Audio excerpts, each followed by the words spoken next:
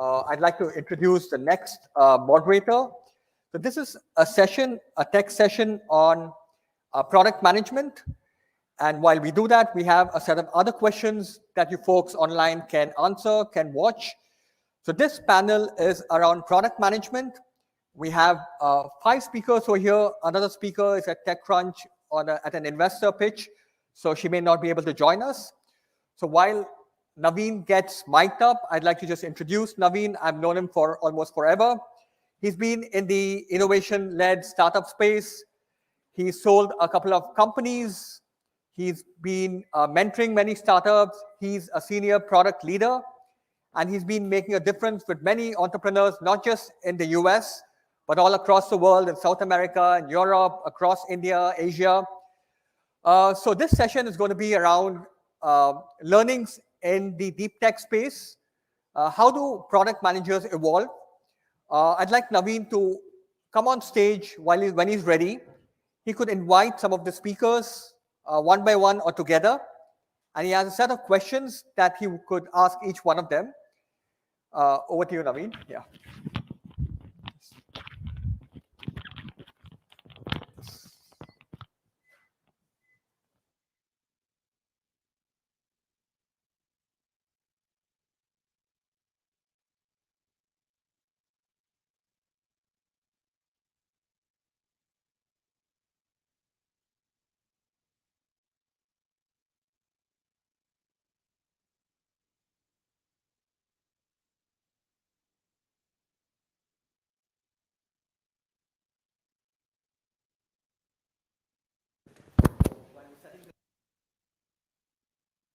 Yeah, so we're just setting the stage and getting the speakers on top.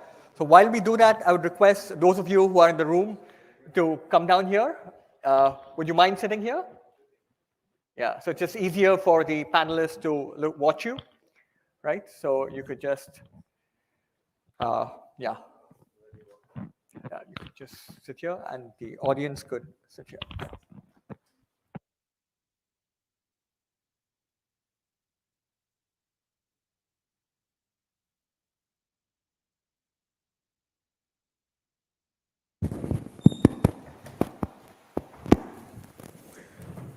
I think it's for the first. Perfect. Vinay, is it four of us? Okay, Kate. Okay, all right, awesome. Hi everyone.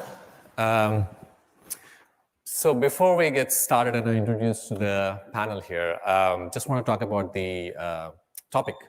The topic is product management in the era of Metaverse and Web3. So a quick story before we start. So many years ago, 1993, John Scully, the president of Pepsi, was approached by Steve Jobs. Steve Jobs wanted John to run Apple, become the CEO of Apple. And John was thinking for a long time. He actually was not reluctant to part with Pepsi, which was doing really good. And Apple was almost like a very young upstart company. So the question that Steve posed to John was, do you want to keep selling sugar water the rest of your life, or do you want to come with me and change the world? One of my close friends who's in the crypto space has been asking the exact same question to me. And I've been in SaaS all my life. The Web3 and the Metaverse is something new to me. And today's panel, I'm hoping, can help me decide whether I want to keep doing sugar water, SaaS, or switch to Metaverse and Web3. So to kick it off, I would like the panel to introduce themselves. We have 3 distinguished guests here. Maybe Paul, you can start. Sure. I'm Paul Singh, and I am an entrepreneur as well as an educator. And I've done multiple startups. Have been lucky to take one company public, and sold the other 3, and work with a lot of the startups in the B2B enterprise space, helping them hopefully avoid the mistakes that I did. Hi everyone, I am Ankita Verma. I am the co-founder CEO of Persona. Persona is a Web3 based data intelligence and customer intelligence platform So we help Web3 businesses know their customers, grow their customers, and engage their customers better. We recently closed our seed round, so it's a very, very exciting time for us. Prior to Persona, I used to lead product management at Amazon. So I've been part of the AWS AI team and Alexa. I come with around 10 to 12 years of experience in product management and tech investing. So very excited to be here. Thank you. So my name is Marcus Lampinen, and I am one of the co-founders of Profina. I am a product engineer by background. I've built different software products around different paradigm shifts. So at the start of, for example, call it the more democratized investment market with crowdfunding and peer-to-peer loans, and now with data. I believe that in 10 years, we're going to be building products where essentially we as individuals get to use our data. So that's not always just companies using it for their own benefit. Okay. And, sorry, I dropped my mic. Just introducing myself, I'm Naveen Akunuri. I'm running the product and engineering teams at Boostup.ai. I've been in tech for almost 25 years, mostly SaaS. And I'm going to ask these folks a lot of interesting questions. So I'm going to kick it off. So first question to Marcus. So Metaverse. Last week, Facebook had an event. They had a keynote. And one of the things that came out of it is their monthly active users, actually, they changed the goal. It was 500,000 originally. They actually reduced it. The question is, what do you think is going on? Is it because they spent like $10 billion last year, right? And for $10 billion, the adoption rate seems very low, especially a company with such a huge amount of users in other spaces, right? So is it, are they trying to force something that doesn't exist yet? Or is there something missing that needs to happen before Metaverse takes off? That's a great question. It kind of follows similar type of, call it revelations in the market, where you looked at what are the actual active user numbers in different types of projects. Maybe it's not so much of a shift as it is a way of presenting the products. We used to have, let's say, before the current economic landscape, think back 6 months ago, 10 months ago, and so on and so forth. We used to have a very aspirational way of setting those types of goals and communicating them to the market. And maybe what we're finding is that it's good to be a little bit more practical and good to kind of start from the utility and why people would be there to begin with, as opposed to just kind of looking at how do we get tons of active users. I will say, however, that you're absolutely right that Zuckerberg did say that, you know, they're going to spend what, $10 billion, recruit 10,000 engineers and so on and so forth. So, you know, for us that are recruiting engineers, so it's great that if they're scaling back a little bit, we have a little bit more room in the market. Yeah. I think it's kind of, I think it's perhaps the most well-funded startup that exists in the universe. And, you know, there is a common saying that startups die because of, you know, indigestion rather than starvation. So I think they already have an indigestion. And, you know, there is a certain aspect, certain things just belong in a startup with a startup motion and startup journey before they become mainstream. And they're trying to start from the other direction. And I think this is why, unfortunately, because they're a public company, everything is open in the public, and it is very difficult for them to hide.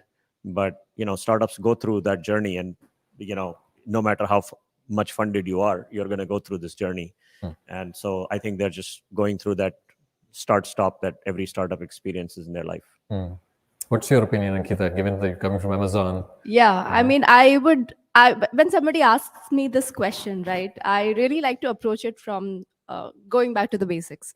Like as a product manager, if I look at this problem, I really look at it from the perspective of what's the user journey like, not just to the metaverse, but for any technology or any new paradigm, right? And if you think of the user journey, it's essentially like 4 steps. So one is the user discovery. So how does the user discover the metaverse? The second is the user onboarding. So how does the user onboard to the metaverse? The third is retention. So why would a user keep coming back to the metaverse? And the fourth is more like growth, right?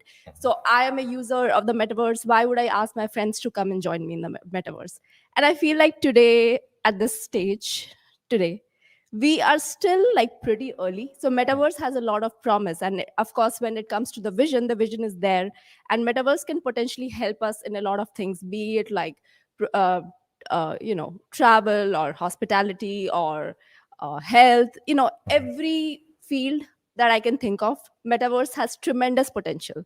But if you think of these 4 aspects, so today discovery, it's pretty hard, right? I mean, to use the metaverse, I need to spend like hundreds of dollars on getting a really clunky headset, and and so it's hard for me. If you look at the onboarding, to onboard onto the metaverse, I have to connect my wallet, and today the wallet experience is pretty broken. It's not at all user friendly. If you think of retention, today the metaverse use cases are pretty superficial. It's not something where engagement is figured out. So as a user, I don't have an incentive to keep going back. And if you think of growth, same thing, right? I mean, the first 3 steps, it's itself so broken. So growth is like a thing of even more like ahead into the future. So metaverse definitely as a concept, I feel like has a lot of promise, has a lot of potential. But for any new technology, you have to figure these 4 steps out for mass adoption. So we are pretty early. We're still figuring out step 1. Right. I actually have a follow-up on that one. So one of the interesting things Mark Zuckerberg said in the keynote is they are really investing in enterprise side of things. So enterprise is, in some sense, the choice is sort of owned by the company and not by the consumer or the user, right? So imagine that the company gets the headsets for everybody, and then they're in the virtual world. Everyone is remote now, so you basically connect. Yeah. And then the CEO is presenting something to the company, and then he cracks a really bad joke. 90% of the people do not laugh, 10% laugh. And now you have inward cameras, facing cameras, which can actually capture the expression of the person, right? So from that perspective, I feel like when you go the enterprise route, suddenly Microsoft seems to have a bit of control now, right? Like, because they can tell the company what to do, and now they can provide these, I guess, maybe not good experiences for the people, but good for the company. Because now you know who didn't laugh at your jokes that when you're doing your all hands. Yeah, I mean, so definitely. I mean, the goal of the metaverse is to make it as real as possible, right? So in the real world, we used to have real world meetings, these factors were still there, right? As a leader, I could observe who is not laughing at my jokes, right? So I think, of course, any technology comes with its own set of the pros and the cons, right? When we were building AI, everybody was like, AI has all of this huge potential, but it's going to take away our jobs.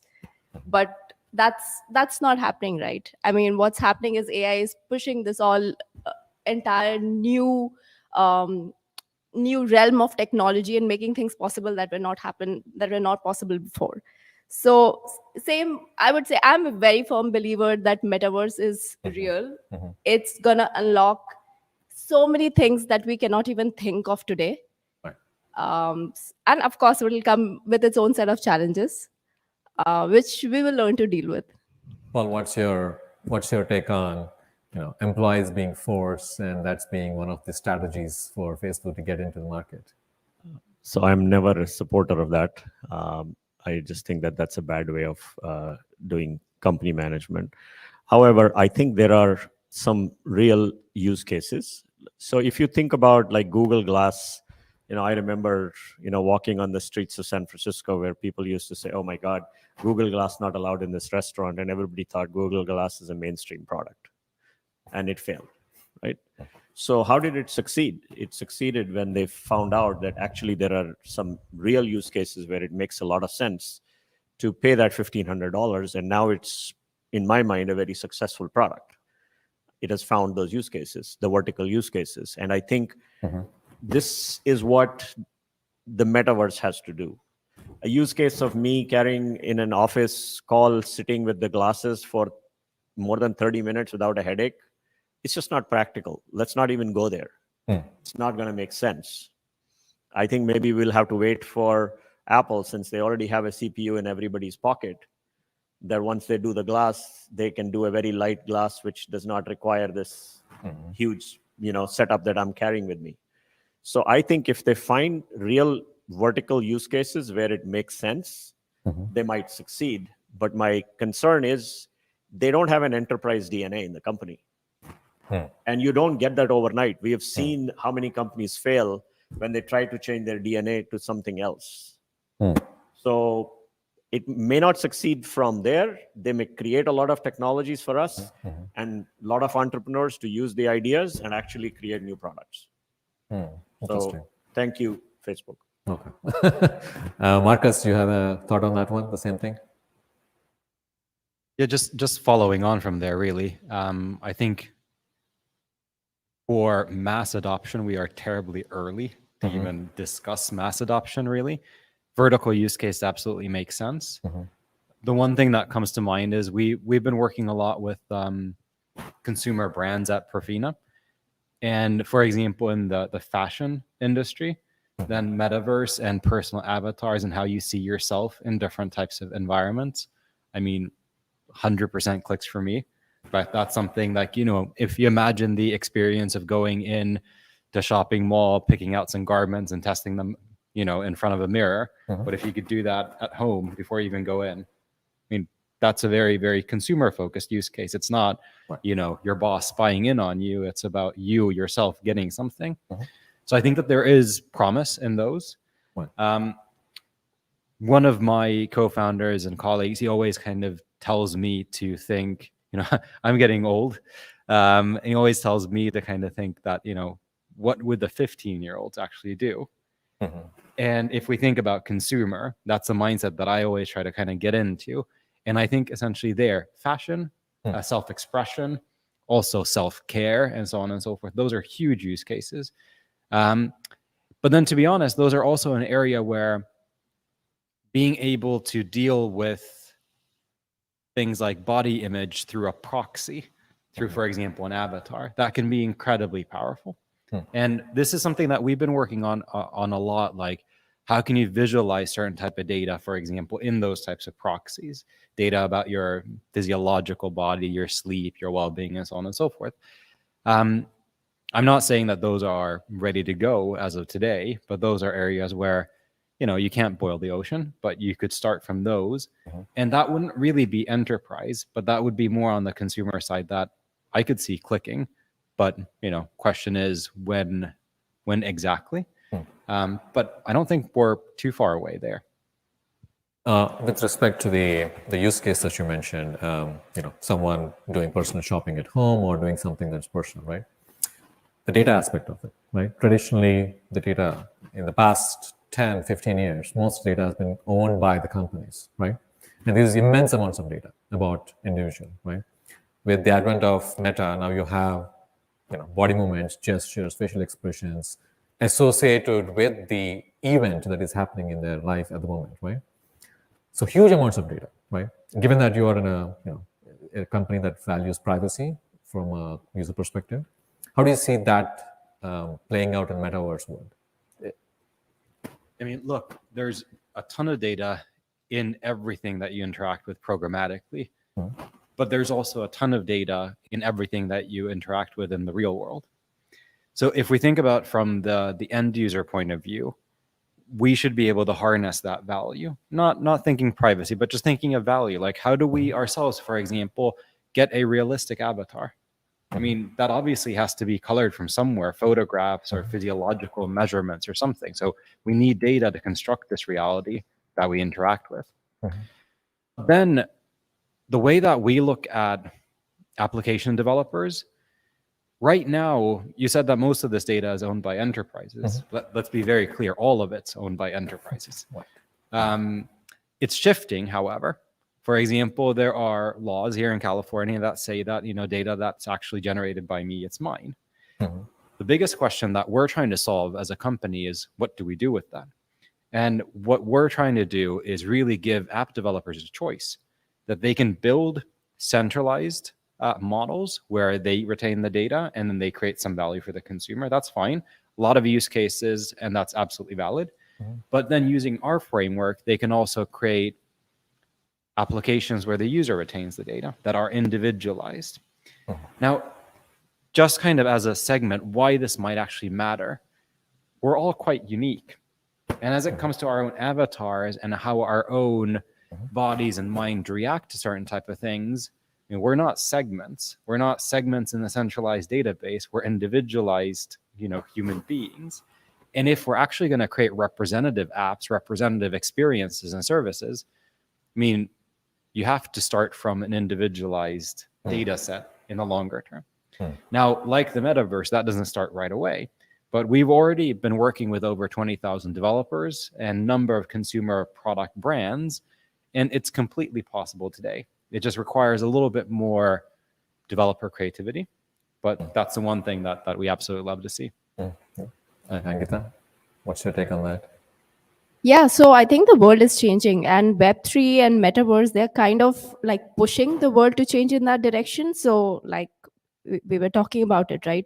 That even today, like most of our data is owned by the Googles and the Facebooks of the world. But slowly that shift is happening where users are getting more and more control over their data. For example, you might have heard of the Brave browser, right? It's become so popular these days. And the idea is that the user controls their data. They get to see what ads they see. They decide how many ads they see, and they get paid for seeing those ads. So there are there's just a lot of action happening in the data privacy domain. And it's obviously pushed by the GDPR regulations and the California regulations. So the world and from a regulatory perspective as well, there are like shifts that are happening where users are getting more and more control over their data. So at our company Persona, that's one of the things that we stand for, where we want the users to actually own their data. And metaverse is actually a great example, right? Because there's so many interactions that happen in the metaverse, but it all happens via my wallet. So I'm still an unknown entity. So people don't know whether I'm a male, I'm a female. They don't know whether I live in India, I live in Africa, or I live in the US. They don't know my gender. They don't know how old I am. So a lot of this data is abstracted. But at the same time, metaverse is making it possible through tokens, through incentive mechanisms, for users to actually have better control over the data. So I see the world moving towards that direction. And recently, Apple as well, you might have heard of the entire dispute that happened between Apple and Facebook, where Apple said that it's not going to share third-party data anymore. So it's making the data more and more anonymized. So that's actually a positive that I see coming out of this entire metaverse and Web3 becoming more mainstream. Cool. Very cool. Well, So I'm going to take a little contradictory opinion on this and like to see what you guys think. I mean, obviously, we've been hearing a lot, data privacy, everybody's worried about it. And, I teach a couple of young people every semester, and I ask them this question as to how important is it to them. And most of the time, I don't see them being that really concerned. It looks like we are the only ones in the industry concerned about it because we are the ones who created this problem and we know the solution to it. So I'm just wondering, so first question I'd like to ask everybody is, how much is a common person really worried about data privacy as much as we are? I.e., do I want to really own my data, and is that really most important to me? In my Maslow's hierarchy, where does it really stand? Sorry. Go. Yeah. So we did a hackathon in July with 158 teams. And before the hackathon and the kickoff, this was with an insurance company. Then we were talking about this exact theme. And the moderator then asked me very similarly the question. And then we had, 300 people in the audience. And I asked them that, okay, well, let's play this out. So how many of us are willing to share our data for creating better drugs for treating childhood cancer. I mean, 100% for me. Okay, so that's more or less majority. Well, okay, how about how many of us are, willing, eager to share our data to optimize targeting ads? Okay. Only Paul. Okay, well, then think about it the other way around. Okay, your genetic data, your DNA. How many of you are interested in sharing your DNA with Spotify to create better playlists for you?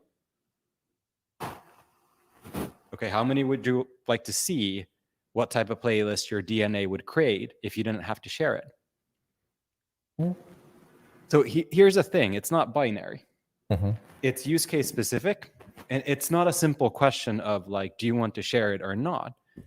And we're very purely a data company. So we kind of think of, some cases have certain sensitivities and there's a spectrum. But the way that we see it in the future is that it's actually a value question. Like, what's in it for you? If you as a user, take the iOS example, for example, if you're asked that, do you want this app to track you or do you not want it to track you? I mean, all things being equal, why would you want it to track you? I mean, that's creepy as, anything. So this is kind of a question at the end of the day that, what are you getting? So I think essentially when we test it out, and we have tested this a bunch with end users, it's always at the point of asking the question, what do you get? If you're, contributing towards something that you really believe in, like, for example, solving some very, very important question like childhood cancer treatment, I mean, absolutely, then it's very, very warranted. But if you're helping somebody tweak a targeting algorithm for advertising, I mean, count me out. What about the negative scenario? For example, your data is not private, right? Someone is making decisions for your stuff using your data, but you don't have a say in that. For example, approval of loans, for example, right? Your data you don't control. If it is public, someone is looking at it and then making a call saying, based on past, 20 years ago, you did something, I'm going to use that information to deny your loan, right? So again. So this is where I kind of draw a line in the sand, because everything that I talked about, that's realistic and practical. But we can't change the status quo. Like, we can't today decide that, okay, Facebook has all my data, I want them to stop. What can I do? I mean, class action lawsuit, maybe, but that's a very, very difficult thing. It might happen step by step, but I think we can't really expect to change the entire world at once. What we can expect is to create apps that have, let's say, a different core of assumptions at the start.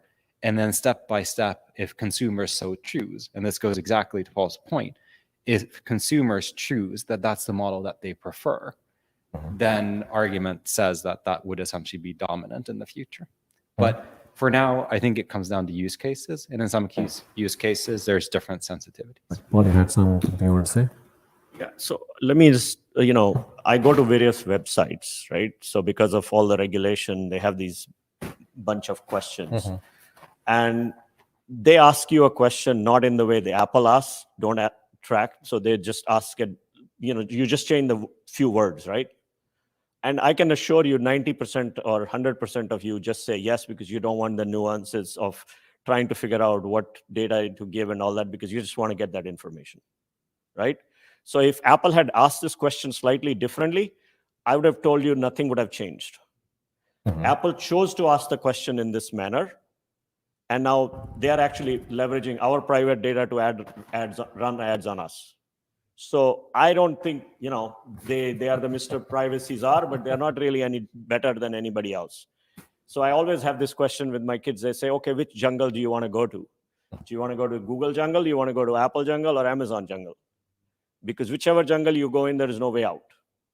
You're caught in that jungle and everything is going to be serviced to you and you're just going to become a slave of that jungle. So the question I have for all of you guys is it even possible in today's world, with the power that we have given with this data to these big giant companies, Because in Web3, we want to, decentralize data. Great. If that were to happen, would there ever be a big company, software company in existence like the one? And if not, why are VCs so crazy about investing in this space? So maybe there is not a Google and a Facebook 20 years from now, but there will be some other Google 2.0 and Facebook 2.0 and Apple 3.0. If that's what we are going to see, what's the point? I think I agree to mostly to what Paul is saying, but I would like to say that, like I was saying before as well, that the world is shifting. So a Google, there is a possibility that a Google search might get disrupted by a Brave. Similarly, there is a possibility that a Facebook or an Instagram might get disrupted by a decentralized version of Instagram or Facebook, where I get to control my data. And it's not going to happen today, but it's going to happen maybe like 3 years from now, 5 years from now. The difference today is that people are aware, people know that their data is being used. They might or might not care, but if given an option, a choice. So until now, we didn't have a choice. If given a choice, people would prefer the other option. Like, for instance, I might be not a majority today, but I have completely stopped using Chrome. I have stopped using Safari. I have stopped using any other browser. I use Brave browser, and I'm not saying that that's the only option, but I'm saying that these options are emerging now more and more. So, since you're holding the mic, Ankita, the next question is for you, and it is in Web3, because we did say this about Web3 too, right? So again, my understanding of Web3 is that you build much more openly, right? But as part of it, you grow a community, but part of your community is also stakeholders. Yeah. Right. So how do you balance the demands between your community and your stakeholders? Because there could be a ratio. If you just have one simple board who's your stakeholder, you can deal with 2 or 3 people. But if you have a community of that, a group of them, so how do you manage that? Yeah, and that's a very good question. I think there's a spectrum. There are different types of Web3 companies. Some of them are like completely decentralized and they are run by DAOs, where you have a lot of stakeholders who have a say on your roadmap. And then there are like hybrid companies which are like a mix of Web2, Web3, where most of the decision making still is pretty centralized.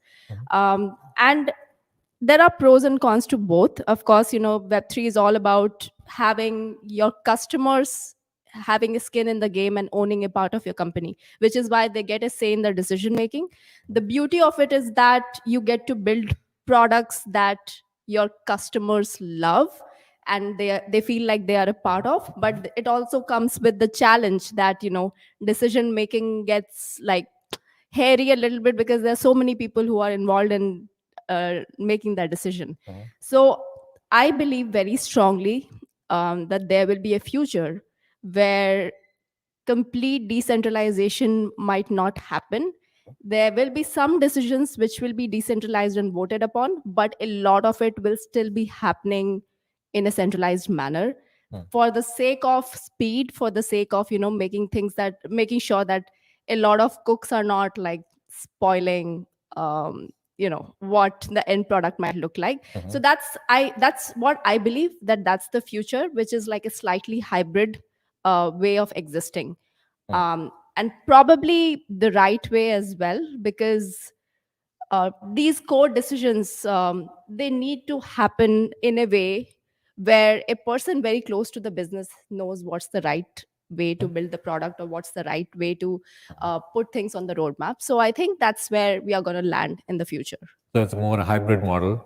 Slightly hybrid. Maybe a part of it is like, completely decentralized and voted upon, but largely I feel like most of the important decisions are going to be more happening in a more centralized fashion, which we are seeing today as well. A lot of these decentralized companies are moving slightly towards that model, where this split is happening. Okay, got it. Marcus, any opinion on that one? I think there's a lot of interesting layers to this question. Like, for example, I'm 100% on board with what Ankita said around kind of maybe optimizing just for efficiency in some situations, like you have to get decisions made. There are some layers which I find absolutely fascinating. For example, like different open AI layers.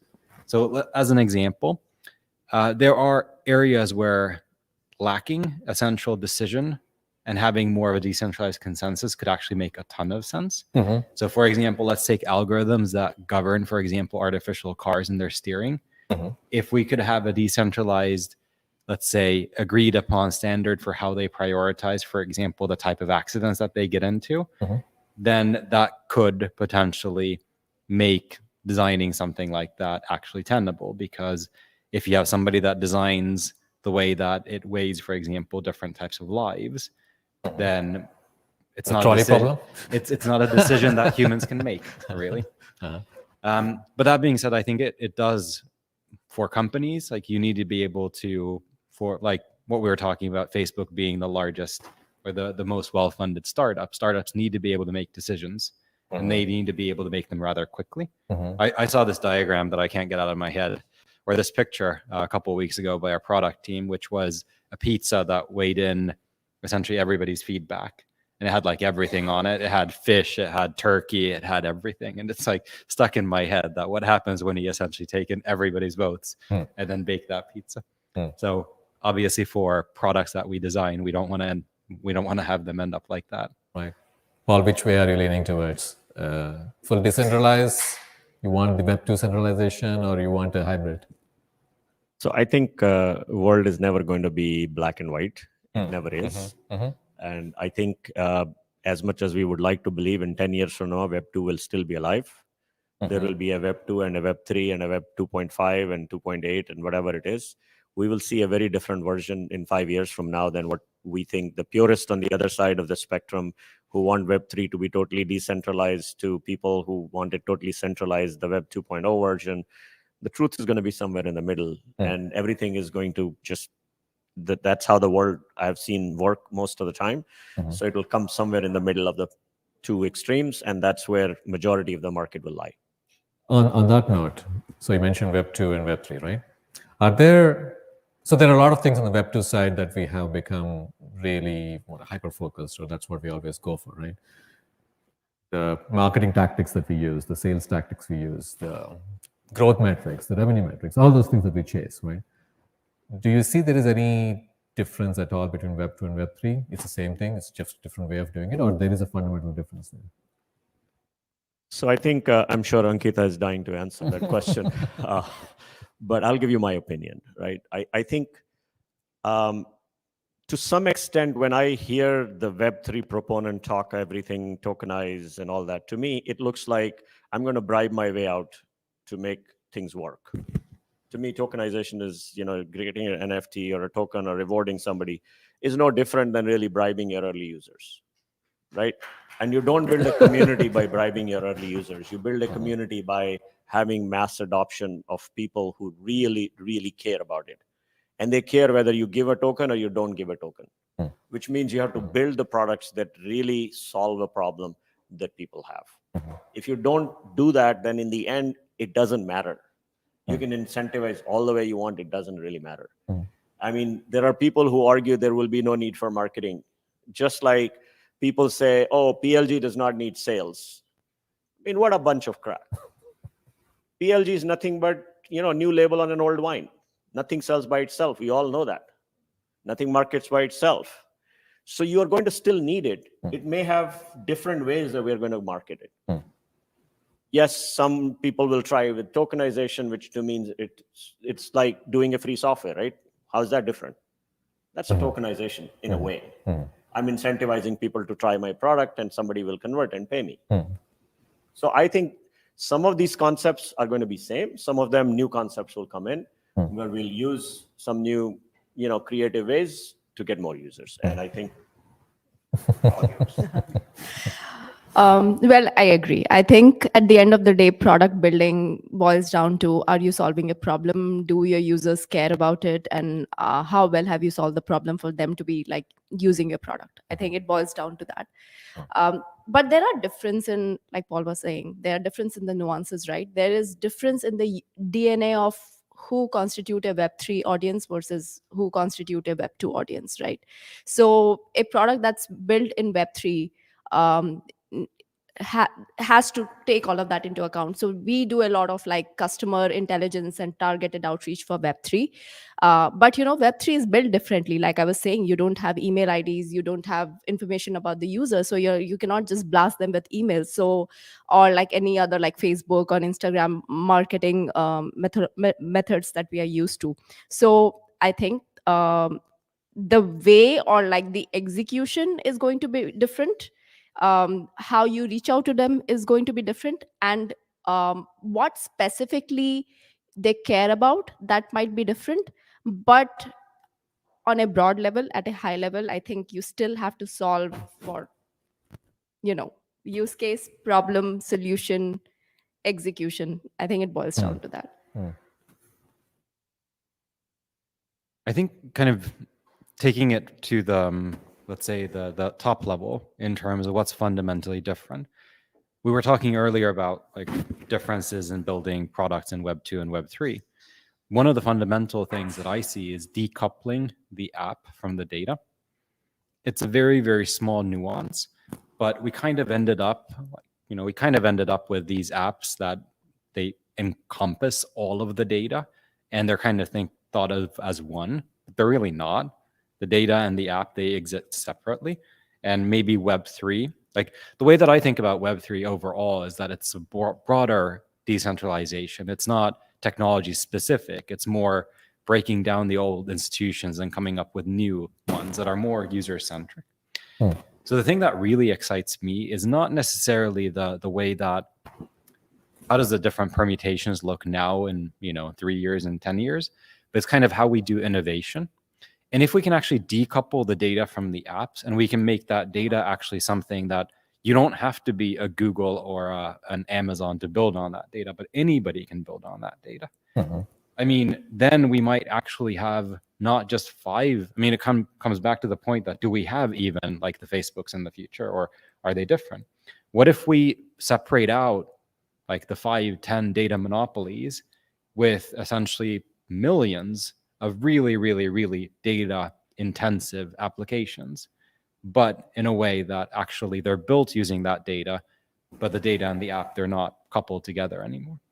That's kind of the bit that I really love about Web3, that can you actually give developers, broadly speaking, the keys to the kingdom, meaning the data, and then just say that, okay, solve this problem, build what the users want, and build it on steroids, like build millions and millions of permutations. Because in a way, that's the promise of Web3 for me, that if anybody could actually build very, very intelligent applications on data, then we should be coming up with better things that we have today. Very interesting. On the data part, so for example, lots of data has been created in the last since the web started, right? 20 years, right? System, OpenAI, Stable Diffusion, Character.ai have run these massive language learning models on this data, right? And they created these platforms now that sort of are making creation a bit easy, right? For people who can't draw, they can just go and say something and then boom, something shows up, right? What is the equivalent in the metaverse that we can see happening? Fascinating question. In terms of Web3, like being able to essentially tell an AI to draw a unicorn cat. I mean, that's a use case where centralized data models makes a ton of sense. Like you just push as much data into the machine as you possibly can. Right. What's the equivalent of an individualized kind of application? Well, it could be starting with the individual and the individual's data and what's actually meaningful for them. So I think it comes down to these, let's say that individual agency, like the personal avatars and different things like that, which they're meaningful to you, but they're not necessarily meaningful to the next person because it's not you anymore. I think if we start kind of architecting on data on an individualized level, I mean, it's not a small change. It's basically it's upside down change. But at the same time, you might just end up with you might end up with this individual agency where essentially you're actually starting from not just painting, for example, unicorn cats, but you're actually starting with like, okay, what does the individual baseline actually become? As an example, because this is very, very vague, let's think about, for example, something as simple as that personalized avatar. If you populate it with all of your data that you have, like your preferences, your physiological data, your sleep, and so on and so forth, I mean, that's going to be a reflection of you. That's the type of things that I think you could expect to see in basically every single type of application, that it actually reflects your experience in the metaverse, where essentially it's not just that you're walking into somebody else's world, but almost walking into your own. Right. Actually, as you're saying it, I was reminded of what you said earlier, curing cancer for kids, right? If everyone's genome is in their own private store, and then how the ALS campaign ran a few years ago, the Ice Bucket Challenge, and recently they said they approved an FDA drug based on that funding that came out of it. If you promote it and then people start consenting, saying, yes, I do want to give my genome for this specific purpose, and of course, government spends billions of dollars trying to find cures. Everyone can maybe get a slice of, everyone who donated maybe can also reap the benefits of that funding and money. Absolutely. So we work a lot with federated training of applications because we work with individualized data sets. So you can't do centralized machine learning. You have to do federated machine learning, which is how you train applications on phones, for example. This is an area which is still obviously very, very early. But like you mentioned about the incentives of, let's say, pharma trials, for example, if you volunteer and there's new drug that comes out, maybe you get some royalties for participating in that. That's super, super interesting. It's also a very, very complicated field. So, for example, one of the visions that we have is that if you can train different types of applications on top of your data, you should be able to train different types of AI on top of your data. What if essentially it's not you consenting? What if it's your AI by proxy of you consenting into something? Then, you start having various very elaborate discussions about who actually gets those royalties and who doesn't. But generally speaking, I see that type of trend is already happening. And for example, I know for a fact that this is something that many of the organizations such as the FDA, they're already actually quite advanced in thinking about how do they utilize not just the centralized data sets, but for example, more of these individualized ones for becoming more effective at targeted treatments. Right. Got it. Makes sense. I have two last questions for the panel. This one is, these two are for all of you. So maybe Ankita, you can start. So what should be the code of conduct for product managers when pursuing new technologies? So for example, just to give some negative of it to illustrate what I'm trying to get to. For example, there was, I think a few years ago, Facebook, it was revealed that Facebook actually ran psychological experiments on their users by manipulating their emotions, right? And actually published a paper out of it, right? And then later it was condemned and saying that's not the right way of doing it. So technology allows product managers, who are typically the creators, to do a lot of things. Is there something that we should maybe put in place or at least start discussing for new technologies like Web3 and Metaverse, which can change the world significantly? Yeah, definitely. So I think starting first of all with data privacy, right? I think that's something which kind of gets taken care by Web3, but a lot of, like we were discussing earlier today, even a lot of Web3 applications are not fully decentralized. So product managers who are moving from the who are used to the Web2 ethos and they're moving into Web3, I think this is one of the primary things that they keep in mind, because Web3, when we build Web2 products, especially consumer product, one of the primary things that we keep in mind is, okay, how do we drive a lot of traffic to that product? And one of the ways of doing that is, collecting and harvesting a lot of user data and then driving traffic and driving targeted ads to these people who are more likely to be interested in what the product is about. So I think being more cognizant of how you make that growth happen of your product So building incentive structures around it, being more upfront about how the data is being collected and things like that. That's of course one. The second is that in Web3, a lot of what PMs are used to doing in Web2, that's changing. First of all, I think inherently the role of PM is changing. In the Web2 world, PM are used to being, the front of it, the center of it, driving vision and strategy and all of that. In Web3, I think PMs have to be more open about whether they are required, whether they need to be on the forefront, because a lot of these Web2 products, they are more about the user experience part of it is very limited. There are more concerns around security, transaction, hash, and things like that. So if you see like in Web3 world, these strategy docs have been replaced by white papers, and these white papers are fairly technical in nature. So I think this entire paradigm shift that's happening in terms of what the role of a PM is, so they should be prepared that they shouldn't try to bring everything that they learned in the Web2 world. They shouldn't directly transport it in the Web3 world, because some of it might not be relevant. So that's two. They should be prepared that their role might change. And third is, I think, this entire focus on community.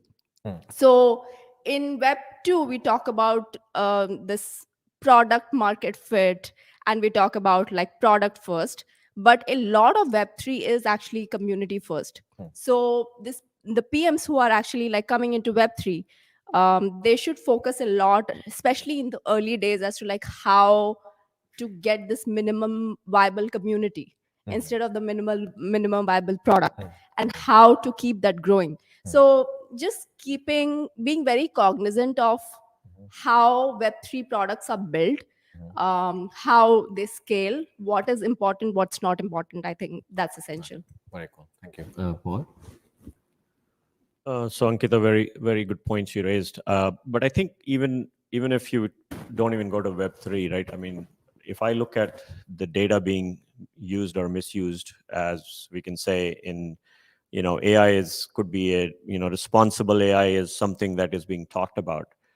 Now, in medicine, you have a code of conduct. In legal, you have a code of conduct. But why is it that we don't have a code of conduct for product management, who are really controlling, in some sense, so many things, right, in our lives? So I think there is kind of a need for this to be a code of conduct that needs to be in place, even for Web2, even for AI, for everything. Because if we don't do that, we are going to create, so many irresponsible products that are really not going to be beneficial to us, but are probably going to be harmful. I mean, this is kind of why I think, somebody built a bomb, right, for a purpose that today shouldn't be allowed to do, but it is still happening. And so I think there is really no true conscious only thing. So I hope some point, people can get together and really create a movement to really create this code of conduct that is supposed to be followed, and people earn some points. Maybe you can use Web3 to do that. And, with tokenization, we can maybe even make people be responsible. Marcus? I think the closest that we really have is if we can actually offer users a legitimate choice in terms of what type of applications that they use. Like right now in Web2, the choice is that you use the application or you don't. And a lot of consumers are dropping off a lot of the Web3 platforms, choosing that they don't need them or that they're particularly harmful. I think in the future, if we can actually offer that choice, all things being equal, how would you like to actually use apps? We would get essentially vote by usage. I'm a huge believer in the open market, but that being said, especially in consumer products, then it's colored by the fact that users oftentimes use things that are easy. But that said, we've talked about data quite a bit on this panel. And if we just extrapolate a little bit, right now you have some legitimate knowledge about the amount of data that we have.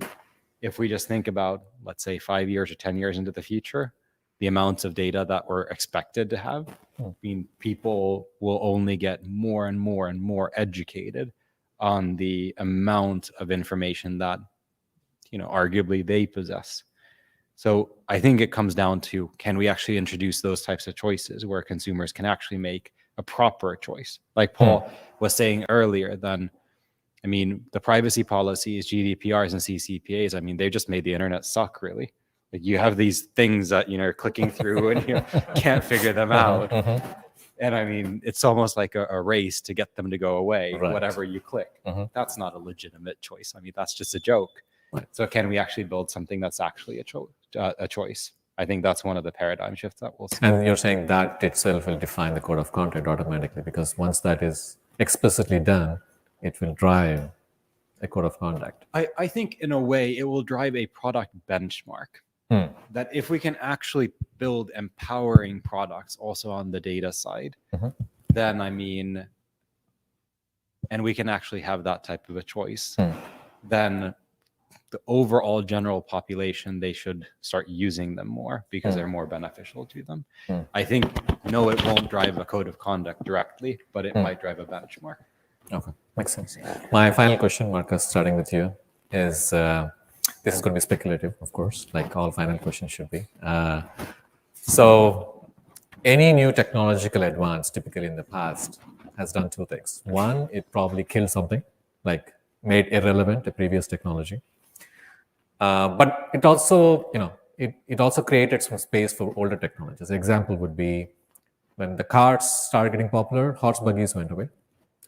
But trains didn't die because airplanes started. They also had a space. So if you were to guess Metaverse, what do you think is going to make it irrelevant in the future? And what do you think will survive alongside Metaverse?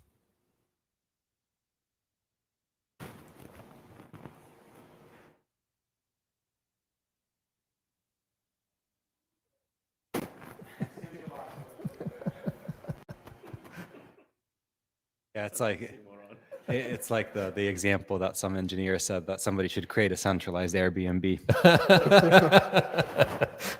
Yes, this is a great question. I think at the end of the day, for Metaverse, I mean, what will make it both relevant and irrelevant is it has to become boring. Like right now, it's just so overhyped, and it's driven by technology geeks like me that are in it for not necessarily end user utility, but just because they can geek out on something. That's not really the population that we're after.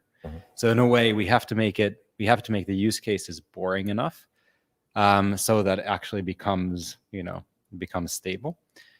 It's both going to make it irrelevant and it's going to make it relevant again, but it's probably going to be just a lot more boring than what we actually expect it to be right now. It's sort of a non-answer to your question, but that's the one that I've got. Okay. Thank you. So I have a lot of thoughts on that. I think I look at Metaverse more as an enhancer rather than like a killer of existing things. So what I do see happening is that the Metaverse experience itself becoming very seamless and immersive for in the coming years. So I don't see phones getting killed or phones dying, but essentially the phones evolving in a way that it can like basically support your Metaverse experience in either like AR, VR, some technology that the phone becomes advanced enough to support.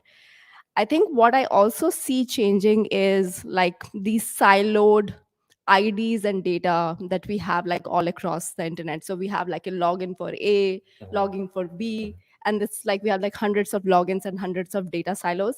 So I see that consolidating in some way in the Metaverse, because essentially like when you see all these like new companies, right, they're trying to consolidate all of it in the Metaverse, where you have like a single unified ID and you're able to like access like different accounts using that. So I definitely see some consolidation happening on that front.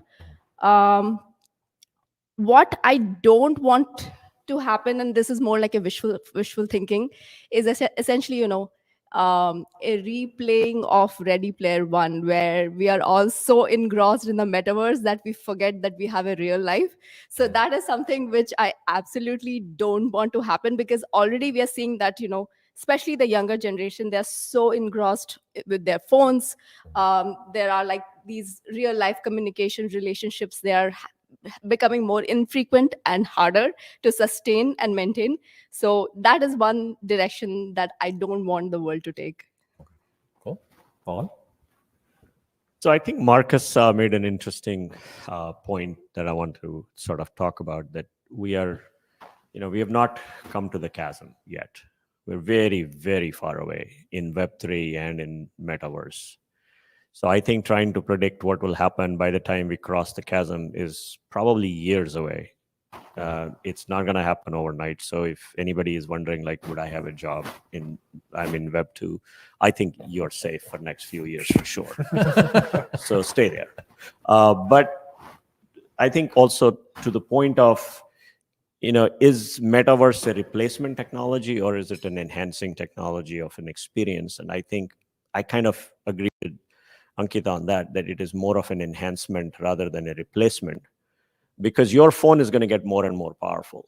And maybe just like I have a watch today to do certain things, I may have a glass to do certain things, but the power is going to come from my phone, because I can't have my glass have the same amount of power that I'm already carrying in my phone and having to charge it every 10 minutes. That's just not going to be practical, which is why I believe that, it's very difficult for a company like Facebook, who does not own a device in my pocket, to control that AR/VR experience. And it is somebody who controls the device in my pocket is more likely to own that experience than anyone else.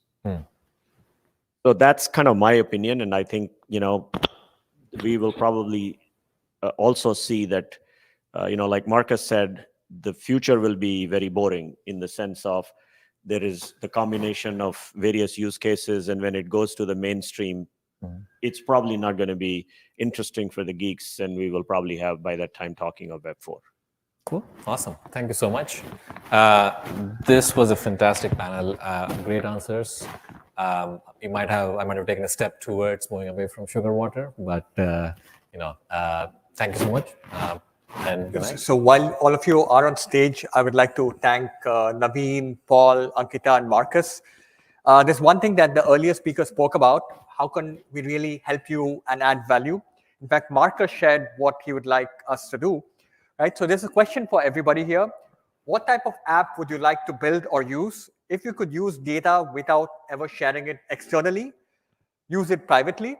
So the audience and folks who are here can feel free to think about it, and the link is always available. What we do at Crowd Product is we extend the engagement beyond the lifetime of just a meetup or event. So this link, this engagement, this video, these takeaways will be available for much more longer. We do know that Microsoft Ignite event is going on, the TechCrunch Disrupt event is going on, multiple things. So our goal is going to be ensure that at least 1,000 people engage with this session beyond the lifetime of just this event. If any of you have more requests in the audience or as part of the panel, feel free to let us know. We do run a product managers community on Slack. We run a Web3 community on Telegram. We run 40 WhatsApp groups, as well as the Indus Entrepreneurs 71 chapters. So you can be rest assured that there will be continuous engagements, and we'll be more than happy to help all of you. Any final thoughts, feel free to share. Otherwise, I'd like to take this opportunity to thank Albina and the Microsoft team for doing such a great job at such short notice and for making things happen. Thank you. Thank you.